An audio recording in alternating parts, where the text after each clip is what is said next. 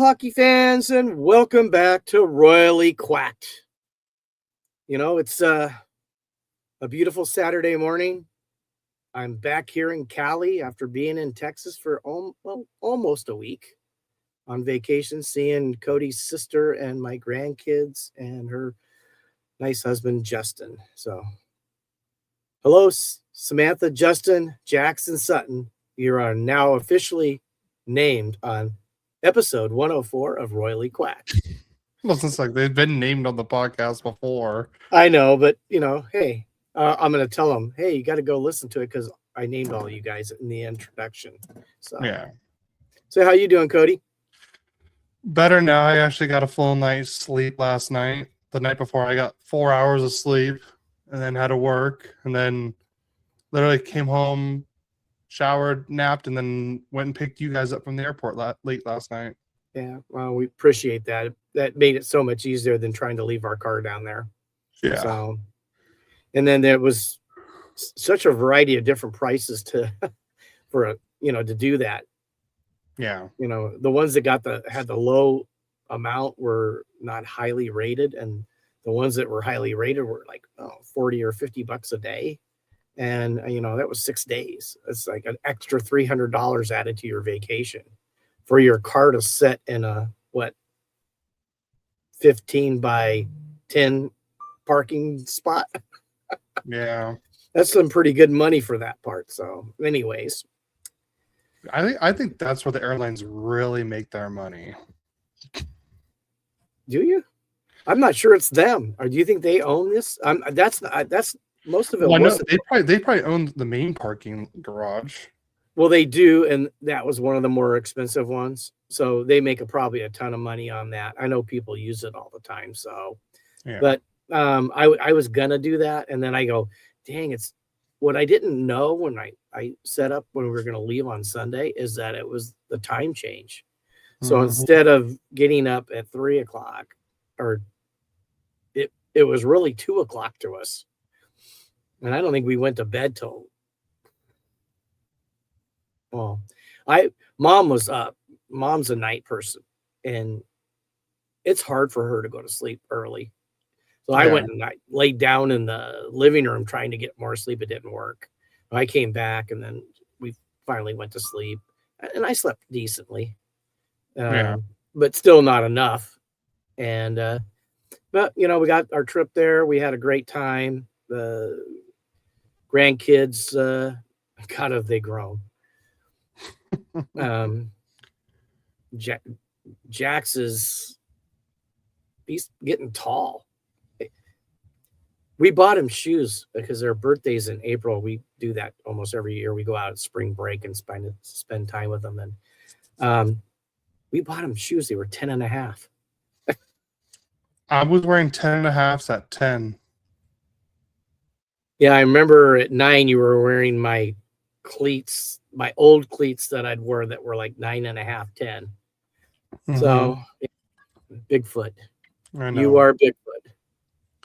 You know what to say about a man with big feet. Okay, I'm not going there. Big socks. Okay, you got me on that one.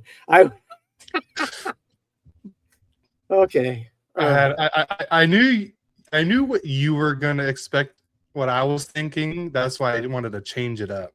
Well, meanwhile, back at the ranch. Yeah. But let's get. Why don't we get into news? Well, speaking of vacations, I'll be going on vacation next week, but yes. We're not coming back till late Saturday night.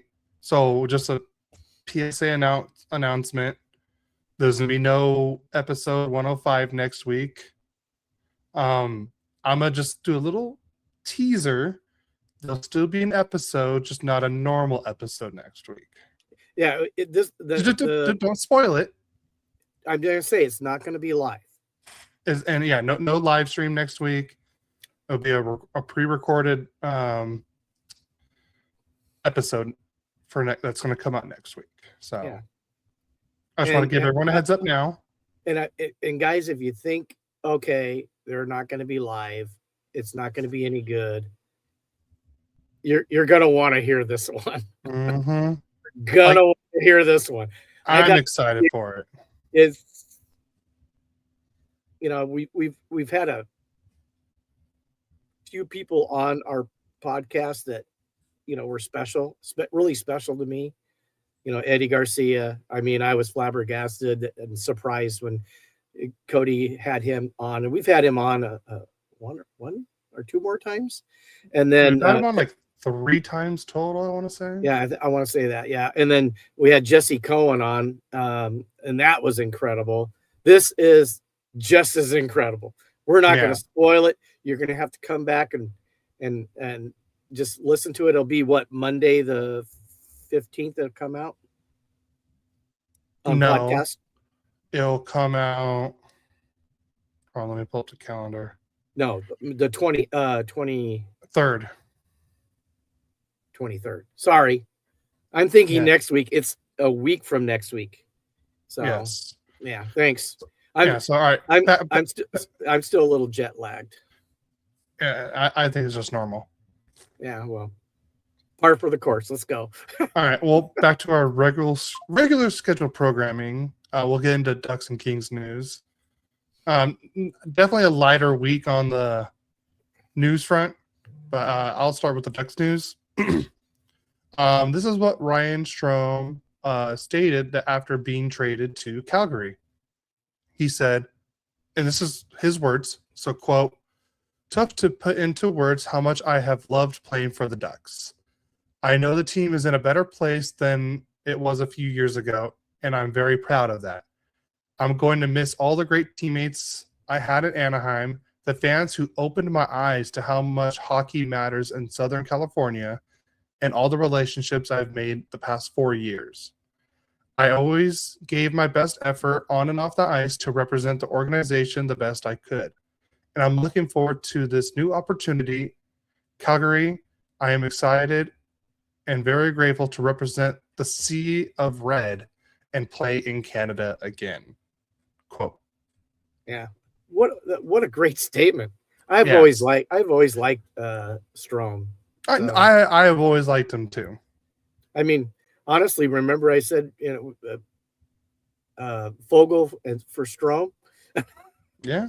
I mean, we need a center, and he's a center. I think I'm the one that mentioned that. I'm not sure. But I know I was thinking it if I didn't say it. It would have. I just think neither one of them was representing their team enough. So maybe a change of scenery for both of them not only would help their team, but also help themselves become, the player they could be.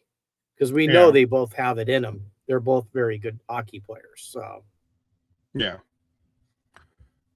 So I said, good luck in Calgary, and he did score in his first game with Calgary last week. So, all I got to say, if he scores a game winner against the Kings, I'm going to be mad at you guys for sending him over there. And I'd be very happy. Yeah, unless he does it against you. Yeah, then I'd be very sad. All right, next bit of news. This is the dramatic news that has a whole one side of Canada, one team in Canada just up in flames, pun intended, but not that team. The NHL Department of Player Safety handed Radko Gudas a 5-game suspension for a knee hit on Auston Matthews, which resulted in a season-ending MCL tear for the Leafs star. This is the maximum suspension possible via the phone hearing. So you either have a phone hearing or you have an in-person hearing. If you get a phone hearing, the most you can get is 5 games, and Gudas got the max on that. And Gudas is eligible to return on March 24th versus Vancouver for the Ducks. Wow. So, a lot of dramatic on this one. I know kind of already spoiled one of the league news with the Matthews injury. It was interconnected. You couldn't help it. No, I know. But I'll just say, but Auston Matthews is done for the year with that injury. He had a grade 3 MCL tear and a quad contusion injury, and yes, he'll be done for the rest of the year. Like I said, never wanted to see Gudas hurt another player like this, especially like Auston Matthews. You don't want to see anything like this happen, but just the responses from other fans and other podcasts is just completely horrible. Like, I'm not going to name the podcast, but he literally came out and said that the next time the Ducks and Leafs play on March 30th, so at the end of this month, that they should go and target Leo Carlsson and other Ducks players. So, Wow. there is a huge difference between a hockey play and prematurely going after someone before anything even else happened. And that's just 100% wrong. I hope he didn't mean what he said. I really hope not. But for him to even come out and say that, like, we've all seen our players get injured and stuff like that. Like, I mean, I don't hear any Kings fans wanting to go and see anyone injure Alex Ovechkin because Tom Wilson hurt Fiala at the Olympics. Even though it really wasn't Tom Wilson's fault. It was just a weird collision in general. Yeah, well, what happened to Drew last year in the preseason? Broke his ankle. How he got the injury. It was up against the boards, and a guy hit him there. I didn't see anything dirty. It's just it was a weird circumstance that happened. And how do you really know what somebody else is thinking when it happens? I mean, you're talking about the most elite athletes in the world playing this game, and a lot of them are. I mean, in comparison to probably 20 years ago, most of them are in better shape than ever. They're stronger, they're faster. The technology with the equipment and everything else. I mean, they're playing, and everybody's trying to win the game. I mean, you can tell sometimes when it's intentional, and I did not see the play with Gudas, but you can't go knee to knee no matter what. And I mean, I think the suspension is definitely fair, but to have someone want to target somebody else and have an injury like that, that's ridiculous. I mean, yeah, absolutely. I'm not going to name. I'm not going to name names, but them just coming, and let's just say it's a very famous Leafs podcast. That's all I'm going to say. Well, and Ducks fans, I've seen it on Twitter. I've seen everyone reposting what he said and how he's saying bad words about him even mentioning that. Like, how can you even say that kind of thing? Like, that's the only thing that really pissed me off about this. And like I said, and I'm actually going to also skip forward to one of the questions we had because it has to do with this. From McKenna_Waldman on Instagram, see message saying, "Do you think Radko Gudas should have been suspended for more than 5 games?" Yes, he should have. It was not a safe play. It wasn't a very good defensive play. And yeah, so I think Gudas should have probably gotten, I want to say, up to 10 games. Like the max, 10 games. And everyone's saying he should have been done for the season. I mean, I've seen a lot worse plays that did not even get 5 games. So it was all done in a transition play. Yeah.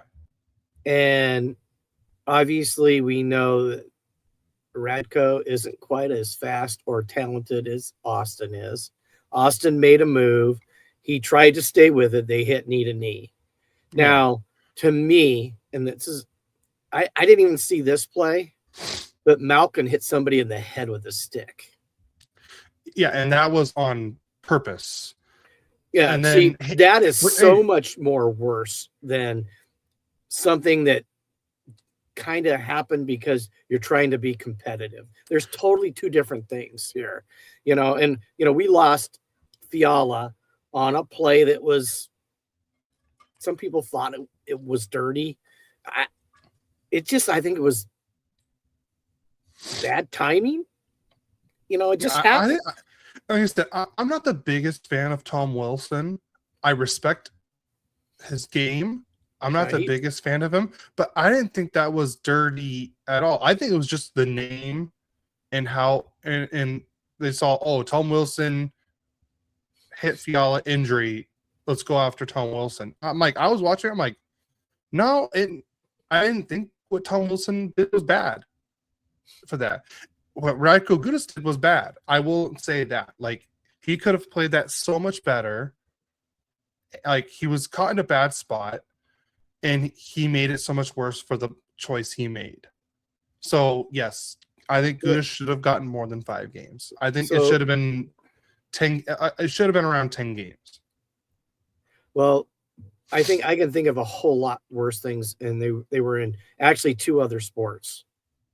I believe it was Juan Marichal, and I think he's a Hall of Famer. He hit Roy Campanella in the head with a bat. You had Kermit Washington, who played for the Los Angeles Lakers, turn around and just basically crush in the face of Rudy Tomjanovich. Now, he got 30-day suspension or 30-game suspension on that, and very much that was, he could have been done for the year as far as I'm concerned. He just turned around and hit him. And Kermit Washington was, that Buffy big forward. He was an okay player, but he wasn't like a superstar. And Rudy Tomjanovich was a star. I think it was Houston Rockets back then, and crushed in his face. Now that really deserves punishment. And I don't think, like I said, what happened with Matthews, I don't think Gudas was going, hey, I'm going to take him out. And to come back and say stuff like that, I just think is wrong. And I hope somebody reprimands this guy. I hope Toronto, somebody in the Toronto organization goes over and says, dude, you cannot say that. What happens if a similar play with Leo Carlsson, when they play that game, and then he tears ligaments in his knee, but it wasn't intentional. It was a play, just like what happened with Gudas and Matthews.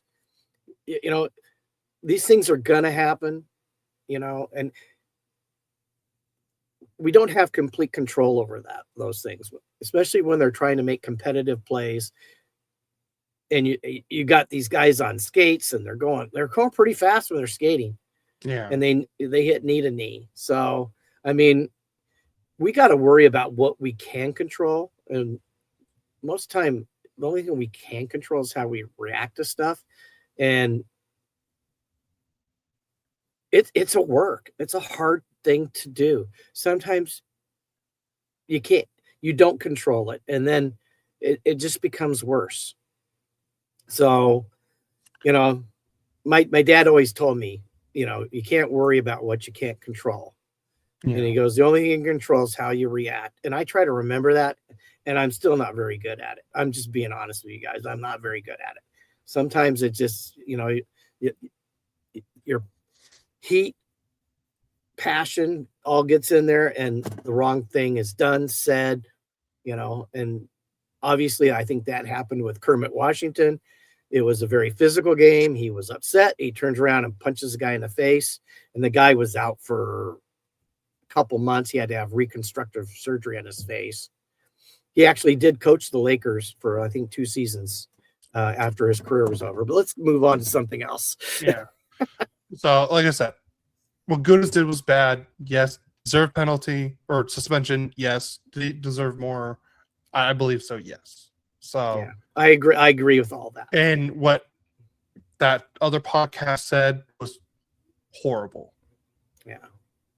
All right, and then last bit of Ducks news. According to CBS Sports, Terry remains out until at least March 15th with an upper body issue. So he could be back hopefully within this next week. Yeah, maybe tomorrow.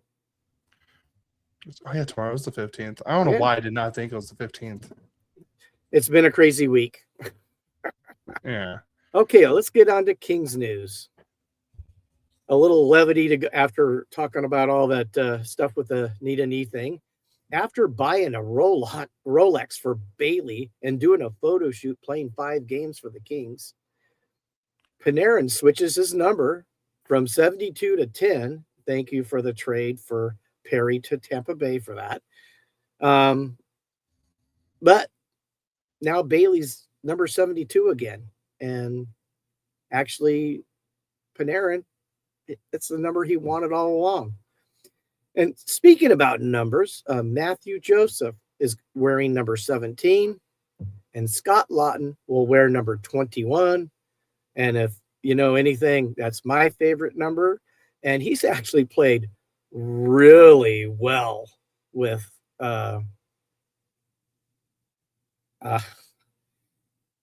sorry, I just looked at comments. That kind of threw me off. Yeah. I'm sorry. We're not going to repeat any of that. Now, let's go on to some good Kings news. LA Kings captain Anze Kopitar is now just 1 point away from tying Marcel Dion for the most points in Kings franchise history. On top of that, he did surpass Marcel Dion. I mean, Kopitar had 221 goals and 387 assists for 608 points, while Dion had 262 goals, 345 assists for 607 for the most road points in Kings history. So I didn't even know that was a stat. Thank you, Cody, for popping that into my news. I just saw it this morning. So we got people. We have some comments from Lonely Girl, D6Y. We're both happily married, and we'll leave it at that. Well, I got to throw this in because this is funny to me. Just, Cody, you look dashing. Gary, you look smart. I like it. So, all right. On to league news. Since you probably don't know what I'm going to talk about on this first one. They had the USA, 2 women and 2 men from the USA Olympics gold medal teams. Yeah, they had Megan Keller and Hillary Knight with Jack Hughes and Quinn Hughes. Because they had the heated rivalry star Connor Story on Saturday Night Live. Sorry. So, and I'm going to tell you this. Megan Keller and Hillary Knight were a lot better with their lines than Quinn and Jack were.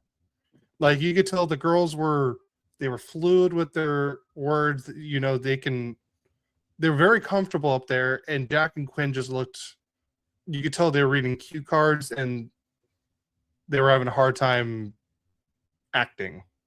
Hi, my name is Jack Hughes. This is my brother, Quinn. That's pretty much what it was. We are hockey players.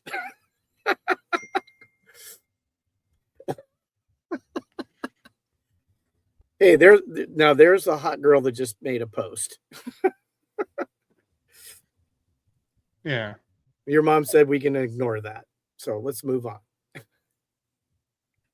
There we go.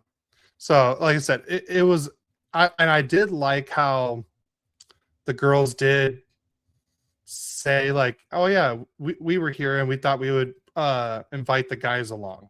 Like I said, I loved it and I knew what it was towards. I thought it was hilarious. But I can tell you this: the girls were a lot better with their lines than than Jack and Quinn were. Do you think maybe that was all part of it? That they kind of did that so the girls had, because we all know what happened. I really think that the girls are just better at acting than Jack and Quinn are. Well, they're definitely passionate because they felt like they got slighted, and they did. And if you want to talk about the most dominating hockey team at this year's Olympic, it was definitely USA Women. They were incredibly great team. Yeah. They should be very proud of that accomplishment. And but it was funny. Yeah. I mean, I did see it. So okay. All right. You want to say the next bit of news on the league? Yeah, the Utah Mammoth have signed Nick Schmaltz to an 8-year, $8 million AAV contract extension. Congratulations, Nick. You deserved it. You played well. Yeah, and just another UFA off the boards for this year's free agent class. It's really looking worse and worse. Yeah, there's literally going to be like nobody left, and I feel like we're going to see more trades than signings this year. Well, that's, it's funny is the Kings, they're more of a trade team than a big, huge free agent that comes in.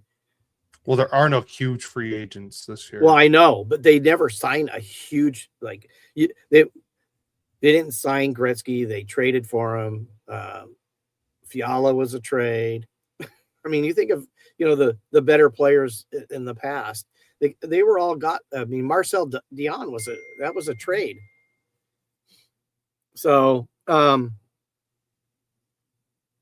anyways, yeah, I like Schmaltz. He would have been a great pickup for either one of our teams if he would have been available. So yeah. Let's go to the next bit of news, Cody. That's yours. Yep. The NHL has modified the penalty against the Ottawa Senators for the invalidated Evgeny Dadonov trade.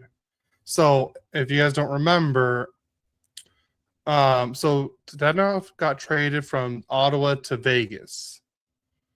And Vegas was trying to do some salary dump. So they made a trade with the Ducks where Dadonov and a second-round pick got traded to the Ducks for future considerations. So the Ducks would have taken Dadonov's cap hit.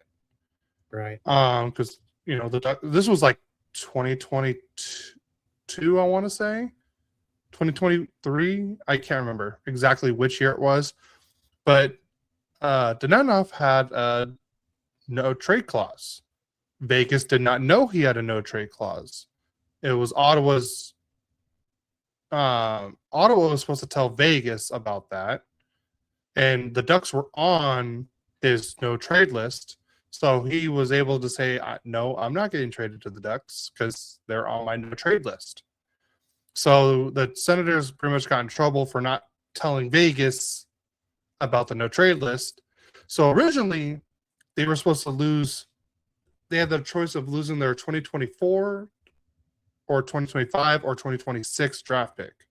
Well, they didn't lose their 2024. They didn't lose their 2025. So this is the last year they were going to lose their first round pick. And that was under when that whole trade thing happened. They were under a different ownership, different GM and everything. So it's like a whole new regime, new owner, new GM. And they were saying like, hey, this happened with the last, front office, not us. So why are we getting punished? Kind of thing. He's like, I just spent all this money, and then this is how you guys are gonna treat me. I buy this team, and this is how you're gonna treat me. So now the Senators will now pick 32nd overall in the upcoming draft, no matter where they finish in the standings. So instead of forfeiting their first round pick entirely, they'll just have the number. And they can't trade it away. They have to pick. That's their pick. So, and if they win the lottery, it's going to get redrawn again. So wow. Because they have to pick 32nd overall no matter what. And then they paid like a $1 million fine on top of it. Oh, we're glad that's over with. So there's that news. Yeah. And we already skipped, and you can skip the next one because we already talked about we already talked about Auston Matthews. Sharks just signed forward Ty Dellandrea. Ty Dellandrea. To a 2-year extension for $1.625 million AAV. Sometimes I wonder, it's so much money. It's round down or round up. But I guess that's $250,000 on that 2.5. Yeah. The NHL has announced that 2026 Global Series games will take place in Dusseldorf, Germany on December 18th and December 20th between the Ottawa Senators and the Chicago Blackhawks. Now, here's the thing. Actually, I want to look up why the Chicago Blackhawks. I can understand Ottawa because they have Stützle, and he's from Germany. But why? I don't think Chicago has anyone from Germany. Let's see, roster. So while you're doing that, I'll go on to the next bit of news. Go for it. Senators defender Jake Sanderson is out week to week with an upper body injury. Yes, I know that hurts me. He's on my fantasy team. And I'll just hit the last one while you're still looking that up. Go for Kraken forward Jaden Schwartz is out indefinitely with an upper body injury. And Cody can finish up what. So there's not one player from Germany on that team. Like, I don't know, why didn't they do like the Red Wings with Sider or Edmonton with Draisaitl? Like, why Chicago? Is it because Bedard? That Germany wants to see Bedard, but I mean, you could have sent Edmonton over there, and they could have seen Connor McDavid and Draisaitl. You could have sent the Red Wings over there. They're also a Regional 6 franchise, and they have Moritz Seider, someone from Germany. I don't get some of these things that NHL does. But then again, I believe the teams can say no if they don't want to do it. So maybe that's what it was. Maybe Edmonton and Detroit's like, no, we don't want to go to Germany. So I don't know. I don't understand it, but I hope they're good games. So, and then so we're done with league news. I think we're done. Okay, cool. You have more games to talk about this week, so you go first. Okay, let's talk. And this was, I believe, last Saturday, right? Yes, last Saturday they played Montreal at the Staples Center. Huh. The game started off pretty good for the Kings. So just get to the scoring real quick here. So why are you doing that? I'm not knocking Germany. I'm knocking the choices of teams that are going there. That's it. Oh, Captain Chaos strikes again. He should come up with a little introductory da-da-da-da-da-da or something like that. Captain Chaos. It has to sound more like evil sounding. Dun, dun, dun, dun, dun, dun, Oh, dun, don't do that for too long. We'll get in trouble with YouTube. I'm done. Okay, we'll go to the first period. The Kings start off the scoring with the captain, Anze Kopitar, with a 7th goal. Kopitar from Adrian Kempe, his 30th assist, and Panarin his 43rd assist at the 14-12 mark, and the Kings are up 1-0. And that's how the first period actually ended, with the Kings winning. But we seem to do that a lot and then kind of lose it later. So in the second period, at the 3:09 mark, Jake Evans from Montreal gets his 9th from Kirby Dach, his 6th, and Pulduk is 16th, and it's tied 1-1. And don't know how to say his first name, but Slavoski gets his 22nd from Suzuki, his 52nd assist, and Carrier is 13th at the 15:41 mark, and it's now 2-1 Montreal. Then recently traded for Scott Lawton, number 21, gets his 9th from Jared Wright, his first, and Brant Clark, his 25th, and the game is tied 2-2. Lawton's played really well since getting picked up by the Kings. So I've always liked him as a player. In the second period, 2-2. Then Alex Laferriere gets the 16th from Clark is 26th, and Moore is 10th at the 6:44 mark to put the Kings up 3-2. But then on the power play, Slavoski gets his 23rd from Lane Hudson, his 53rd, and Nick Suzuki, his 53rd, at the 14:38 mark, and it's tied 3-3. Then Nick Suzuki gets his 21st from Slavoski, his 29th, and Caulfield is 27th at the 15:27 mark. Montreal makes the comeback and wins the game 4-3. Let's go to the stats.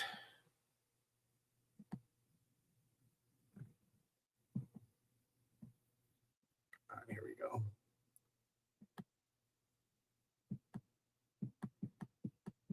The Kings outshoot Montreal 39-23.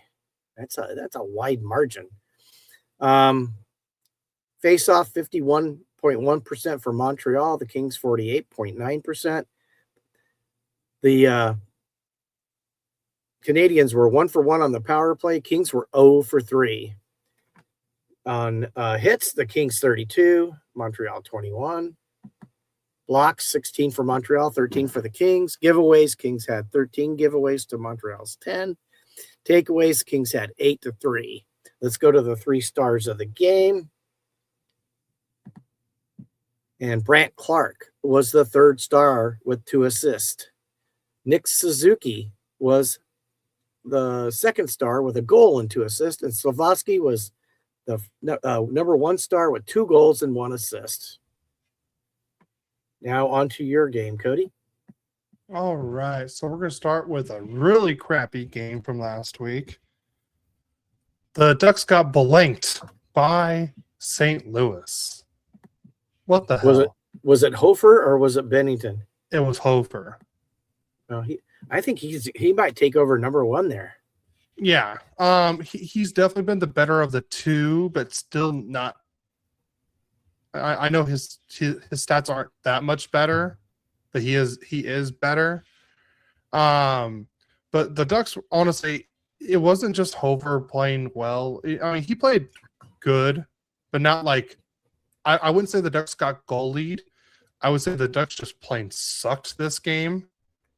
You know, it was like just every time they were in the offensive zone, it was like, all right, we'll get a shot on goal, and then that's it. It was like we didn't have any offensive zone time.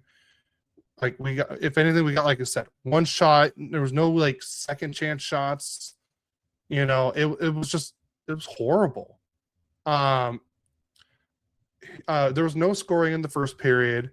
Kyrou scored at the 4:22 mark to make it 1-0. Jonathan Drouin scored on the power play to make it 2-0. And then Jimmy Snuggerud scored to make it 3-0. And that was all within less than 10 minutes of each other. And then the third period on the empty netter, Pius Suter scored and made it 4-0. And that was at the 5:58 mark. So the Ducks pulled their goalie really early in this one. Here are the stats. Shots on goal 35-22. The Ducks won the faceoff percentage 58-42. But here's the thing. The Ducks were 0-for-5 on the power play, while St. Louis was 1-for-3. Hits, 20 hits for the Ducks, 8 for St. Louis. 16 block shots for the Ducks, 14 for St. Louis. 18 giveaways for the Ducks, 16 for St. Louis, and 5 takeaways for the Ducks, and 2 for St. Louis. Like, the Ducks just could not get anything going this game. They looked like they were just slow. Like, they were getting beat to the pucks, the 50-50 pucks. They were just getting beat everywhere. It was just not a very good game in general. Like, I would say, I think was it Husso that was in net this one? I believe it was Husso. Let me double check. Yeah, Husso wasn't in. Like I said, it wasn't Husso's fault in this one. I'm not blaming Husso at all. The Ducks just the team just played horrible. I mean, we got outshot in every single period. 13-7, 13-8, 9-7. Like, you can't be getting outshot like that by, especially where the Blues are at. You know. Yeah. But now the series is tied 1 game apiece for the Ducks and Blues. So the Ducks will play the Blues back in Anaheim on April 3rd. And the 3 stars of the game is, I don't know why even as a Duck is on here, but Jackson Lacombe is the number 3 star. No goals, no assists, no points. Snuggerud is the number 2 star with the 1 goal, 1 assist for 2 points. And Holfer is the number 1 with the shutout. So, yeah, I'm glad I don't have to talk about this game anymore. So let's move on to the next one. So we go to Columbus to play the Blue Jackets. And starting off the scoring, Scott Lawton with his 10th, from Dumoulin his 13th, and Turcotte his 10th at the 6:46 mark, and the Kings are up 1-0. Then Artemi Panarin gets his 21st from Hellenius, his 3rd at the 14:48 mark, and the Kings are up 2-0. Then Columbus gets on the board with Connor Garland getting his 8th from Monahan, his 19th, and Provorov his 18th at the 17:35 mark. And after 1 period, the Kings are up 2-1. Then Columbus ties it up. Denton, Chuck, with his 10th from Lundestrom. Is that Isaac Lundestrom for the Ducks? Yeah, I think it is. Columbus, yep. Yeah, with his 6th assist, and Jenner with his 20th at the 10:53 mark, and we're all tied up. Then Connor Garland gets his 9th from Mateychuk, his 16th at the 12:13 mark. Is that correct saying that? Mateychuk. Mateychuk, thank you. So that now it's Columbus is up 3-2. Then Adrian Kempe gets his 24th from Anze Kopitar's 20th, and Brian Dumoulin is 14th at the 14:09 mark. And after 2 periods, it is 3-3. We go to the 3rd, and Brian Dumoulin gets his 2nd from Anderson his 9th, and Lawton his 5th at the 10:07 mark to tie or put the Kings up 4-3. Then Marchenko gets his 23rd on the power play from Rudzinski his 46th, and Charlie Coyle is 34th at the 18:04 mark, and the game is tied. You know, it's amazing that Rudzinski isn't more talked about in this game. He usually is a king killer. So we go to overtime, and 2 minutes and 34 seconds. The game's over when Adrian Kempe gets his 25th from Panarin his 44th assist, and Doughty his 13th, and the Kings win the game 5-4. Let's go to the stats. The Kings dominated the faceoff circle at 65.7% to 34.3. But once again, the power play does not work for the Kings. They're 0-3, and the Blue Jackets are 1-4. Then let's go to hits. It's the Kings 25-12. It seems like ever since Hiller's gone, the hits have gone up. Block shots, 13 for the Kings, 18 for the Blue Jackets. Giveaways, 18 by the Kings, 15 by the Blue Jackets. Takeaways were 4 apiece. Let's go to the 3 stars of the game. And I think I would have done this just maybe slightly different. The 3rd star was Adrian Kempe with 2 goals. The number 2 star was Connor Garland with 2 goals. And the number 1 star, Brian Dumoulin, with a goal and 2 assists. I might have put Kempe because he had the game winner as the number 1 star. maybe I would have pushed Garland to the third star and Dumoulin the second star. That's just me though. And that's game 2 from last week. On to the Ducks game for number 2 of the last week. A much better played game this one. I will say that. The Ducks were just like the complete opposite of against the Blues. Dominating in the offensive zone, playing very, very good defense in this one. Like I said, I know I'm going to say play very good defense, but yet we give up the first goal again. Morgan Barron gets the scoring started at the 5:04 mark in the second period on a tip-in shot. But Tim Washi, and this was a very good grinding fourth line goal. He gets it on a rebound, and as in they said in Mighty Ducks D3, you clean up the trash, and that's exactly what Tim Washi did. He gets his second goal of the year. That was Harkin's 4th assist and Radko Gudas' 11th assist of the year, and we're tied 1 apiece at the 6:24 mark.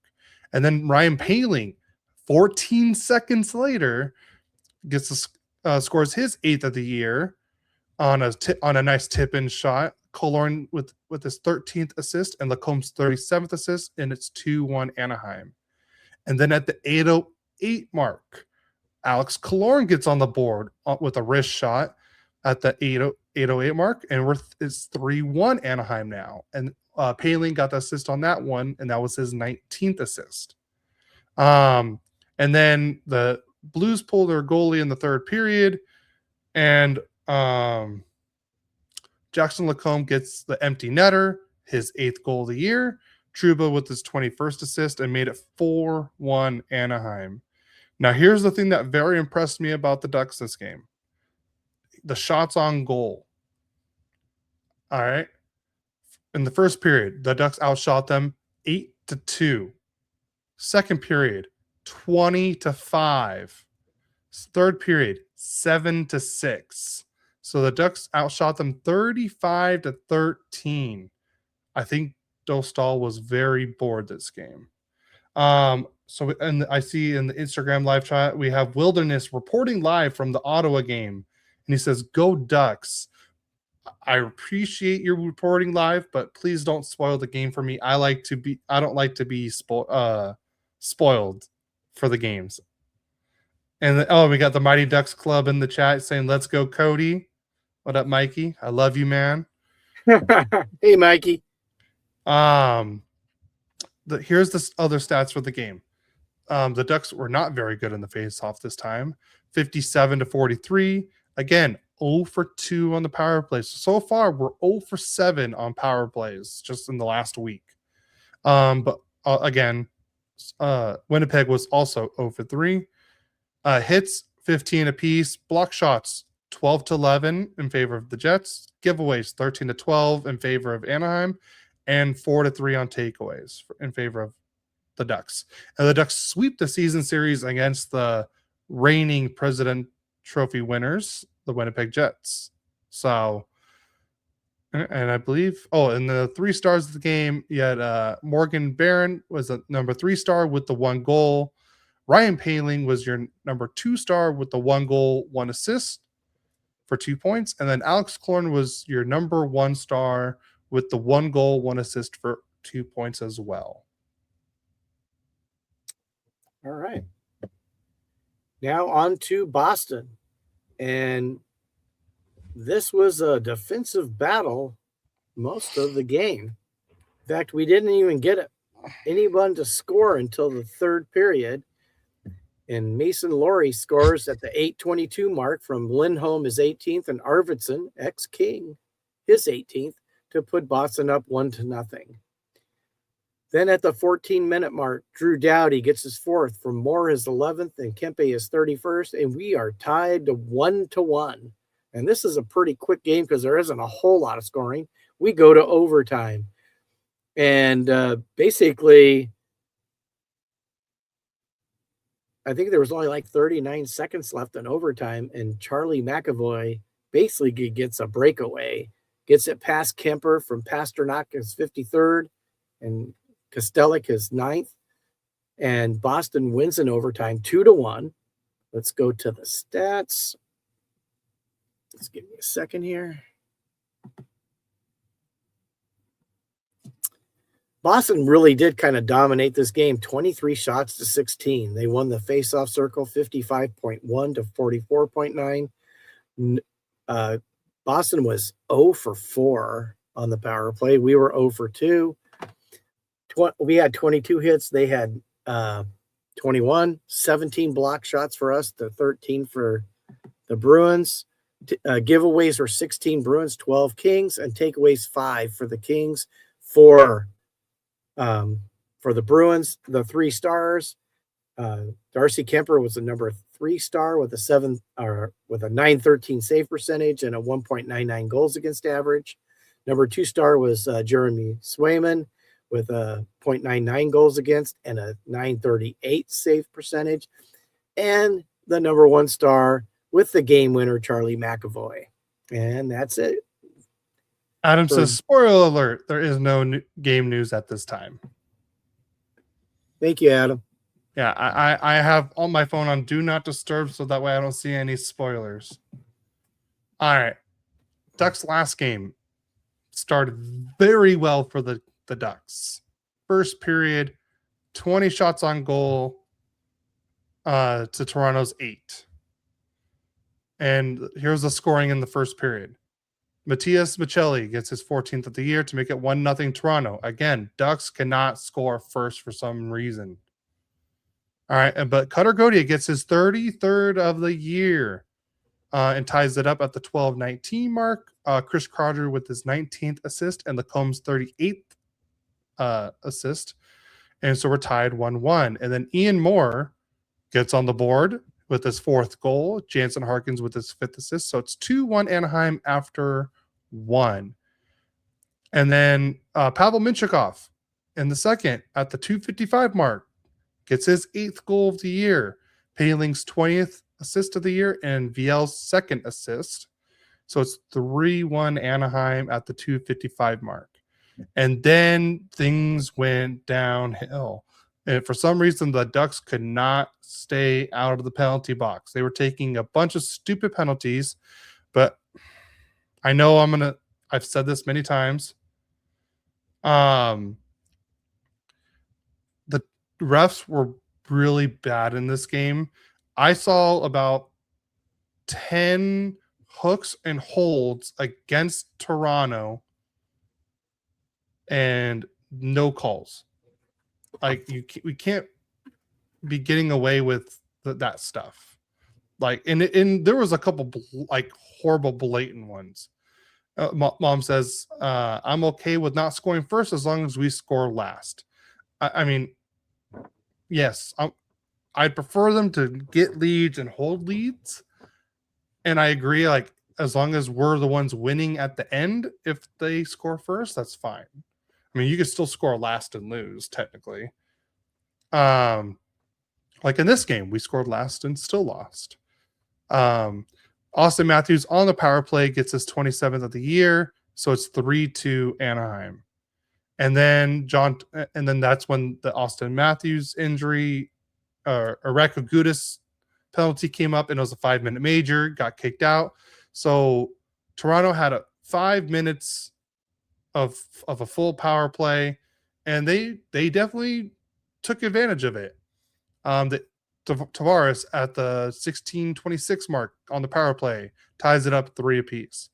And then they were still on it in the third period. Power play for William Nylander, 4-3 Toronto, and that was a 36-second mark. And then the Ducks get a power play, and we give up a goal.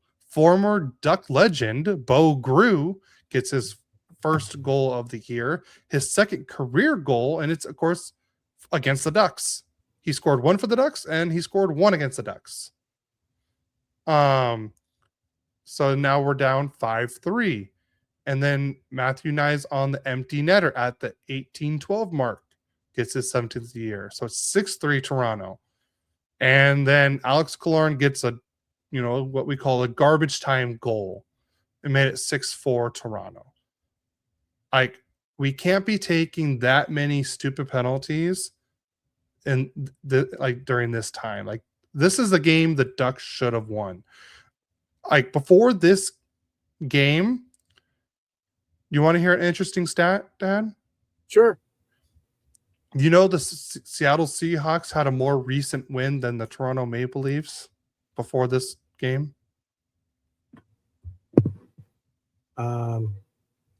No. Yeah. Well, yeah, that's what happened. Like I said, the Ducks were horrible. And like I said, 0 for 5 on the power play. 0 for 5. We were what? 0 for 12 in 3 games.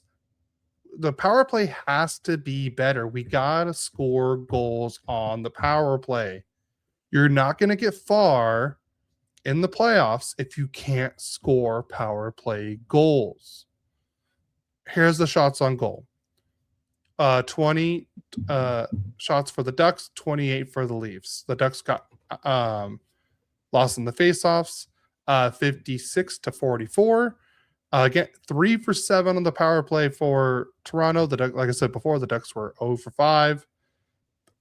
Hits, 34 hits for Toronto, 15 for Anaheim, 13 block shots for Toronto, 9 for the Ducks, 21 giveaways for Toronto, 9 for the Ducks, 6 takeaways for the Leafs, 7 for the Ducks. And the Ducks, and this was the first game against the Leafs. And then we played them again on March 30th. And this one will be back in Anaheim. 3 stars of the game is Bo Grew with his 1 shorthanded goal, is the number 3 star. Bocelli is the number 2 star with the 1 goal, 2 assists for 3 points. And then Matthew Nyes, 1 goal, 3 assists for 4 points is your number 1 star. All right. I'm glad I don't have to talk about this game anymore because we talked about it a lot earlier, but the whole Matthews Gudas situation. Yeah. All right. My last game from last week, we're at the New York Islanders. Let's start with the scoring in the first period. Trevor Moore gets his 8th unassisted at the 3:33 mark, and the Kings are up 1-0.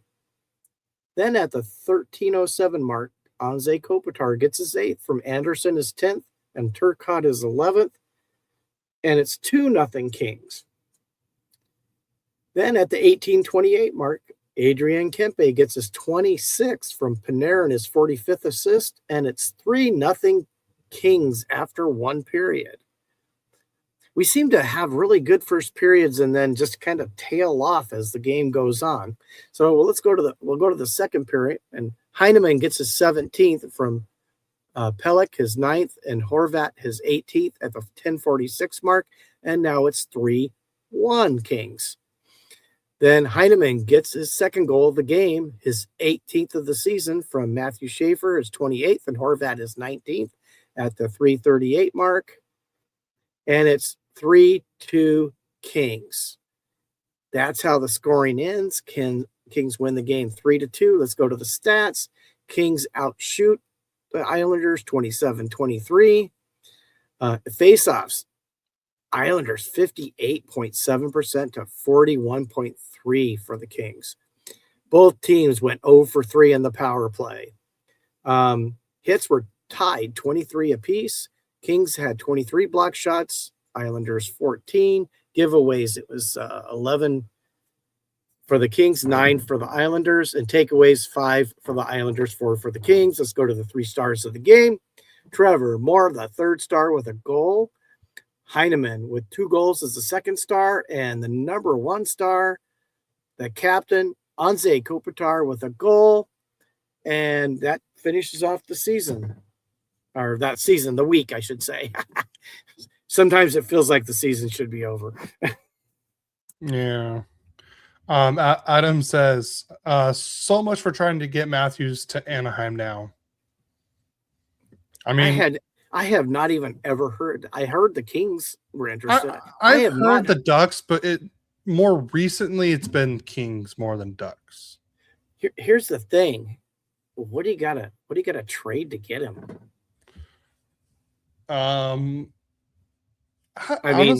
Here's the thing. Would you trade Carlsson in that trade? Nope.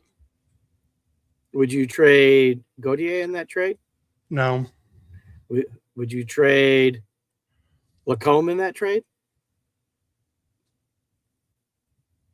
Yes. Okay. But you know it's gonna be more than that for Matthews. The thing is, like, Matthews is a franchise player and everything, but I don't know, with his injury, like I know this last injury is not his fault, but even before that, he was always having injury issues. So like I said, it's, and like I said, he doesn't really perform in playoffs as well, too. We have another chat. The Gudas suspension is a joke. He deserved the suspension. I'm not doubting that. It was a stupid, careless play on Gudas's part, but it's getting more blown out of proportion just because of which team it was against more. And the Toronto fans aren't making it better. But like I said, I don't know. I'd rather not spend the farm just to go get he's talking about that one. He's saying the Gudas suspension should have been for the rest of the season. Nah, I don't think I've ever seen a suspension that long for something like that. It shouldn't have been 10 games max is what I would have said. But like I said, I don't know. Matthews is always hurt. He doesn't perform well in the playoffs. He struggled in the Four Nations. He was a lot better in the Olympics. I will say that. But like, I don't know. He hasn't been. His play has definitely slowed down the last couple years. I think this season losing Marner might have hurt. Yeah. You know, because Marner is a big assist guy, and Matthews is a goal scorer. Yeah. So, what are you smiling about, Cody? No, Christina's walking in here in the office. All right, you want to get into game predictions? Yeah, because we got a lot. So realizing we're going to be doing 2 weeks of predictions.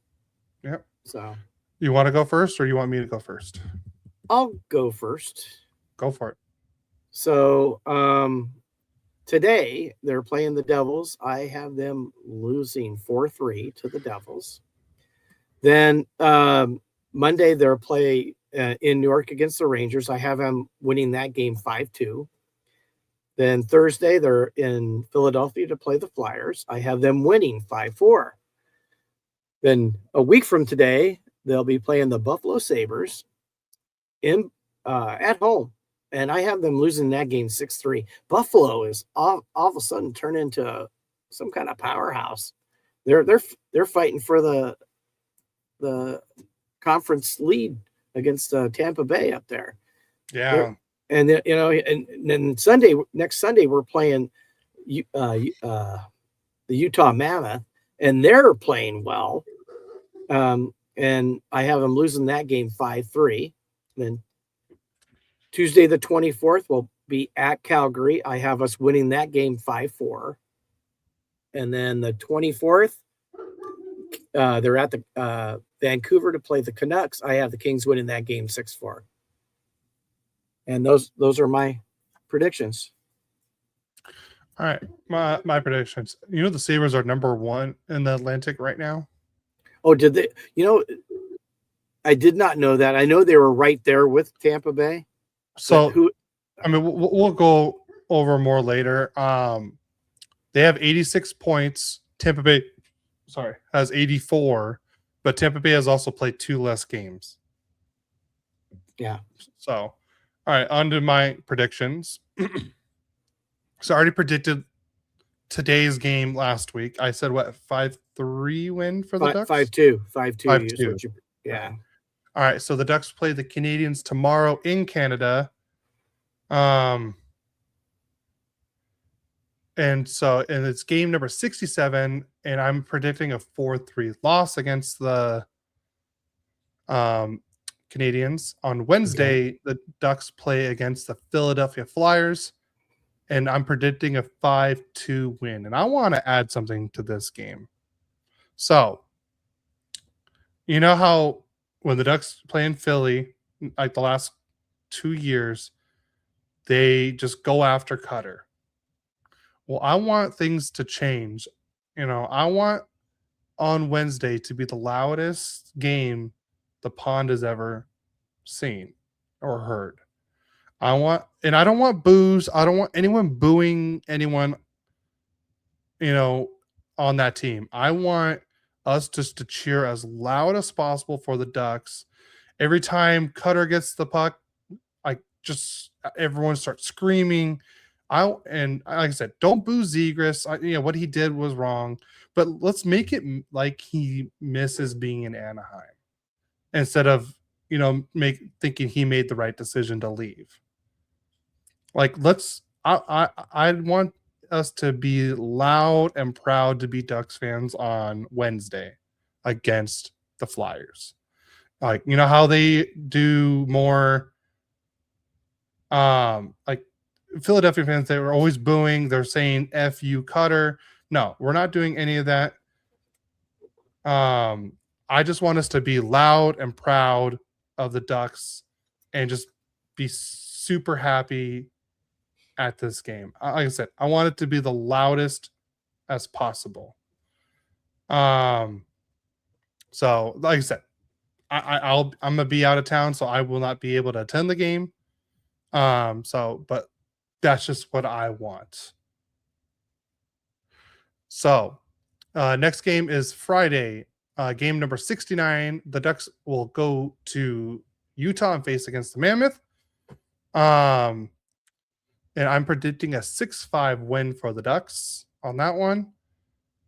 On Sunday, the Ducks will host the Sabres for game number 70, and I'm predicting a 4-2 loss on that one. On Tuesday, let's see, the Ducks are game number 71. The Ducks are doing a little Western Canadian trip, and they're going to Vancouver. I'm predicting a 5-2 win. And then on Thursday, game number 72, the Ducks are in Calgary, and I'm predicting a 4-3 win. Okay, so we got our predictions down. Yep. You have the Ducks going 5-2. Yeah, if you include the Senators. Yeah, and I've got the Kings going 4-3. And that knee-on-knee hit could have been more deliberate from Card Hut. I didn't see that it was deliberate. I just think he was trying to stay in front of him. All I can say is, if Gudas wanted to really hurt Matthews, he wouldn't have done it that way. Yeah. And I don't think we have any bias because I'm really not a Toronto fan. I mean, I do respect the play of Auston Matthews. It doesn't really I don't think that factors in that I would have any bias towards that.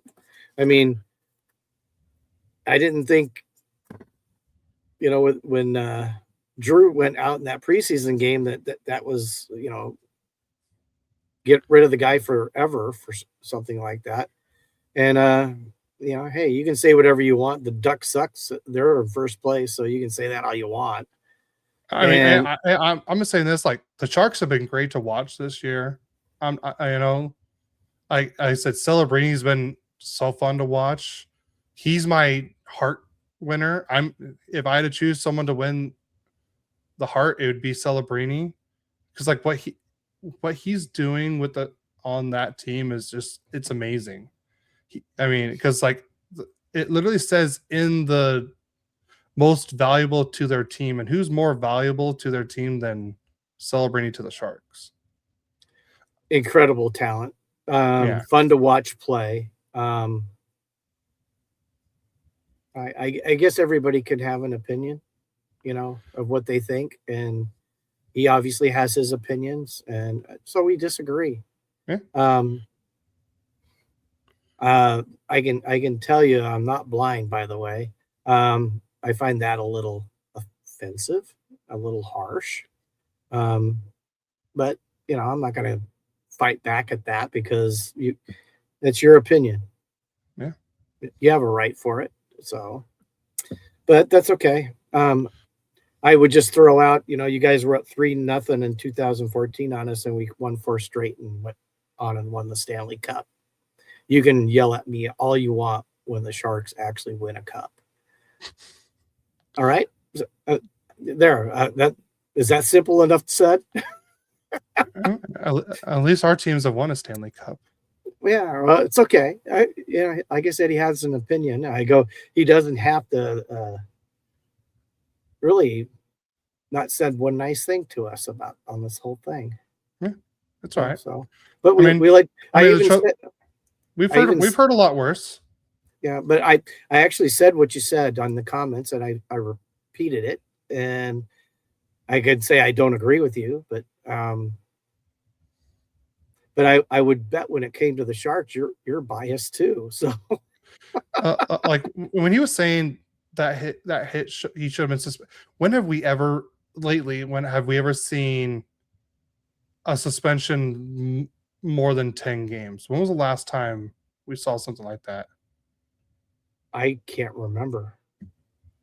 I mean, we literally saw Tom Wilson shove Panarin's face into the ground and cross-check his face in the ice, and I don't think he even got I think he got maybe 1 or 2 games. Yeah, what in the playoffs? In the playoffs, was it Nurse? Byfield went down, face down. Then he checked him with a stick in the back. After that, and what did he get? A game? I mean, come on, it's a tough sport. People are going to get hurt, and obviously, if it would have been even so intentional, there would have been probably more ramifications. Like I said, what Gudas did was horrible, and I can tell this guy did not listen to the beginning of the podcast where we literally talked about someone wanting another player to purposely get hurt in the next game, and they come out and say that. I'm gonna say I don't wish anyone to get injured at all. I honestly I wish that play never happened for Gudas. It was the wrong play on Gudas, 100%. I'm not doubting that, but I don't wish anyone else to get injured. Yeah. Well, let's move on, Cody. We've spent enough time on this.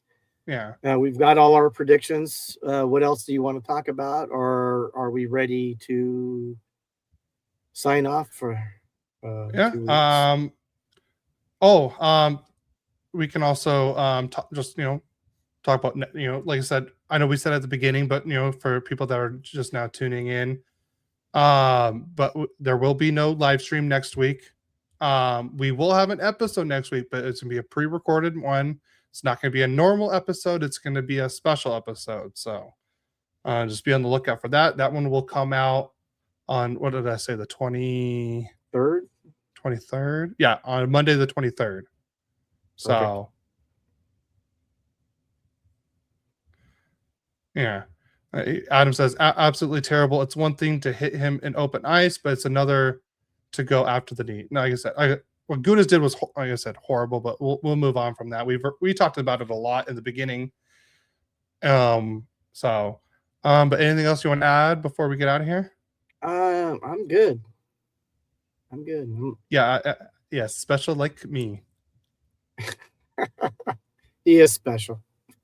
I am very special. Totally agree. But other than that, like I said, we'll miss you guys next week. Yeah, I've skated twice my whole life, I think. So yeah, I've never. You guys have clearly never. Yeah, never skated. I want to, but there's no open ice near me. So it's not like I don't want to. But on that, everyone, please go follow us at Royally Quacked on all social media platforms. Please on YouTube, like, subscribe. It'd really help us out. What was I going to say? What else? Go follow us on Twitch. You can also watch live there. You would see more about the knee on knee if you skated. I mean, I've played other sports, and I can tell you, I've had people purposely try to injure me in other sports. I know it's a lot more dangerous on ice and skates, but I've seen on other. But like I said, I've had guys try to take me out in other games and stuff like that. So, like I said, I know. I've had it in. I played soccer, baseball, even basketball. Yeah, Adam, you've skated 5 games this week and still have 1 more tonight. I have room to talk crap. I think you would talk crap no matter what. So, True. But everyone, yeah, please go follow everything. Go follow the Mighty Ducks Club. Hit the download. Leave a rating and a review on Apple and Spotify. We would really appreciate it. On that, you have anything else to add before we get out of here? Yeah, just go Kings, go. All right, and let's go Ducks. We'll see you in 2 weeks. Next 2 weeks, guys.